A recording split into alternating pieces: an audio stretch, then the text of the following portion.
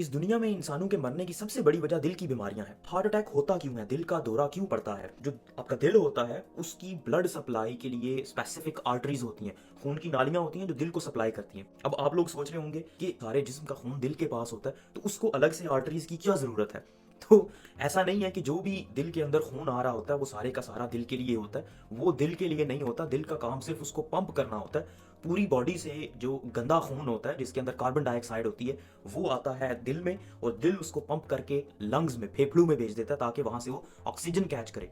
और फिर वो ऑक्सीजनेटेड ब्लड जो होता है वो फेफड़ों से दोबारा दिल में आता है और दिल उसको पंप करके पूरी बॉडी में भेज देता है। अब ये जो ब्लड दिल के पास आ रहा है और जा रहा है, ये सारा ब्लड दिल अपने लिए इस्तेमाल नहीं कर सकता। ये बिल्कुल ऐसे ही है जैसे एक बंदा किसी चॉकलेट फैक्ट्री में काम करता है तो वो जितनी भी चॉकलेट बना रहा है इसका ये मतलब नहीं कि वो उसके अपने लिए है और वो जो जितनी चाहे वो इस्तेमाल कर सकता है, खा सकता है। बिल्कुल ऐसे ही दिल के अपने लिए दिल की आर्टरीज होती हैं जिनको कोरोनरी आर्टरीज कहते हैं, उनके थ्रू दिल को ब्लड पहुंचता है और ऑक्सीजन पहुंचती है। अब वो जो छोटी छोटी आर्टरीज होती हैं जिनको कोरोनरी आर्टरीज कहते हैं, अब अगर वहां पे ब्लॉकेज आ जाए, वो ब्लॉक हो जाए किसी वजह से, तो दिल तक खून नहीं पहुंचता। मतलब जो दिल के पट्टे हैं, जो मसल्स हैं दिल के, उन तक खून नहीं पहुंचता।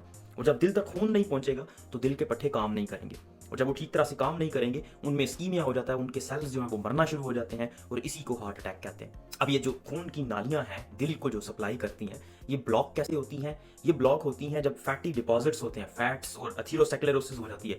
वो जो दिल की नालियां होती हैं खून की, वहां पे ब्लॉकेज बन जाती है क्योंकि वहां पे फैट डिपॉजिट्स शुरू होना शुरू हो जाते हैं। ठीक है, और ये किस वजह से होते हैं? हाई कोलेस्ट्रॉल की वजह से, गंदे खाने खाने की वजह से, ओबेसिटी की वजह से। अगर आप में मोटापा है तो इसके ज्यादा चांसेस हैं। अगर आप जंक फूड खाते हैं, पिज्जे खाते हैं, बर्गर खाते हैं, समोसे पकोड़े खाते हैं, तो आप में इसके चांसेस ज्यादा हैं। शुगर का इस्तेमाल आप बहुत ज्यादा करते हैं, प्रोसेस्ड फूड आप ज्यादा इस्तेमाल करते हैं। प्रोसेस्ड फूड का मतलब ब्रेड हो गई, जो बेकरी प्रोडक्ट्स हो गई, अगर ये चीजें आप ज्यादा इस्तेमाल करेंगे तो जो दिल की आर्टरीज हैं, दिल की जो ब्लड वेसल्स हैं, उनके ब्लॉक होने के चांसेस ज्यादा हैं, और जब वो ब्लॉक हो जाएंगी तो आपको दिल का दौरा पड़ सकता है। अब आते हैं इसकी अलामात की तरफ कि इसकी क्या अलामात है, आपको कैसे पता चलेगा कि ये दिल का दौरा है।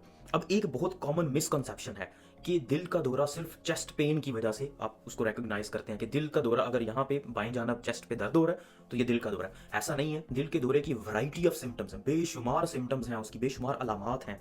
दिल का दौरा अगर किसी को सिर्फ मतली कै की कैफियत फील हो रही है, बड़ी उलझन सी हो रही है, तो वो भी दिल का दौरा हो सकता है। दिल का दौरा बाज़ औक़ात गर्ड वाली सिम्टम्स के साथ आता है। गर्ड, ये जो एसिड रिफ्लक्स होता है, आपको तेजाबियत फील हो रही होती है, तो वो थोड़ी सी सिम्टम्स थोड़ी सी डिफरेंट होती हैं और आपको ऐसे लग रहा होता है कि ये सिर्फ गर्ड है, ये एसिडिटी है और कुछ भी नहीं है, लेकिन हकीकत में वो दिल का दर्द होता है। रिसेंटली हमारे एक डॉक्टर कोलीग को ये मसला हुआ, उसको सिर्फ गर्ड की कैफियत फील हुई, उसे लगा कि ये गर्ड है, लेकिन वो हार्ट अटैक था और अनफॉर्चुनेटली वो अपनी जिंदगी से हाथ धो बैठा। इसके अलावा मतली की कैफियत होती है, जैसे उल्टी आ रही हो आपको, पसीने आते हैं आपको, ऐसे लगता है जैसे आप में जान ही नहीं, बहुत ज़्यादा फटीग होती है और बहुत ज़्यादा एंग्जाइटी की कैफियत होती है। आपको ऐसे लगता है कि जैसे पता नहीं कोई दुनिया ख़त्म होने वाली है, तबाह होने वाली है, इस तरह की आपको एंग्जाइटी की कैफियत फील होती है। कुछ लोगों में सिम्टम्स आती ही नहीं है हार्ट अटैक की, स्पेशली जो डायबिटीज़ के पेशेंट होते हैं, शुगर के मरीजों को बाज़ औक़ात बिल्कुल कोई सिम्टम नहीं आती और उनको हार्ट अटैक होता है। जो टिपिकल सिम्टम्स हैं जिनकी बेस पे आप डेफिनेटली रिकॉग्नाइज कर सकते हैं हार्ट अटैक को, वो है बाएं जानब चेस्ट में पेन होता है और वो जा रहा होता है आपकी शोल्डर की तरफ, आर्म की तरफ, ऐसे रेडिएट कर रहा होता है,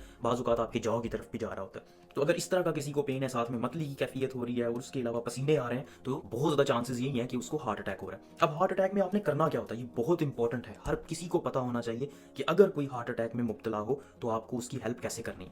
जो सबसे बेहतरीन चीज़ आप उसके लिए कर सकते हैं वो है एस्प्रिन। कहीं से भी डिस्प्रिन या एस्प्रिन की गोली पकड़ें 300 मिलीग्राम वाली, और वो उस बंदे को दे दें, उसे कहें कि उसको च्यू करे, चबा ले और उसको निगल ले। ये बहुत इंपॉर्टेंट है, ये जिंदगी बचा सकती है। दूसरे नंबर पे उसको चलाना नहीं है आपने, उसको ये नहीं कहना कि उठो, मूव करो, मोबिलाइज करो, चलो फिरो तो ठीक हो जाओगे, बिल्कुल भी नहीं। जितना ज्यादा वो काम करेगा, जोर देगा अपनी बॉडी पे, उतना ही उसके मसल्स ज्यादा इस्तेमाल होंगे, ऑक्सीजन ज्यादा चाहिए होगी, दिल को तेजी से धड़कना पड़ेगा और वो ज्यादा डैमेज होगा।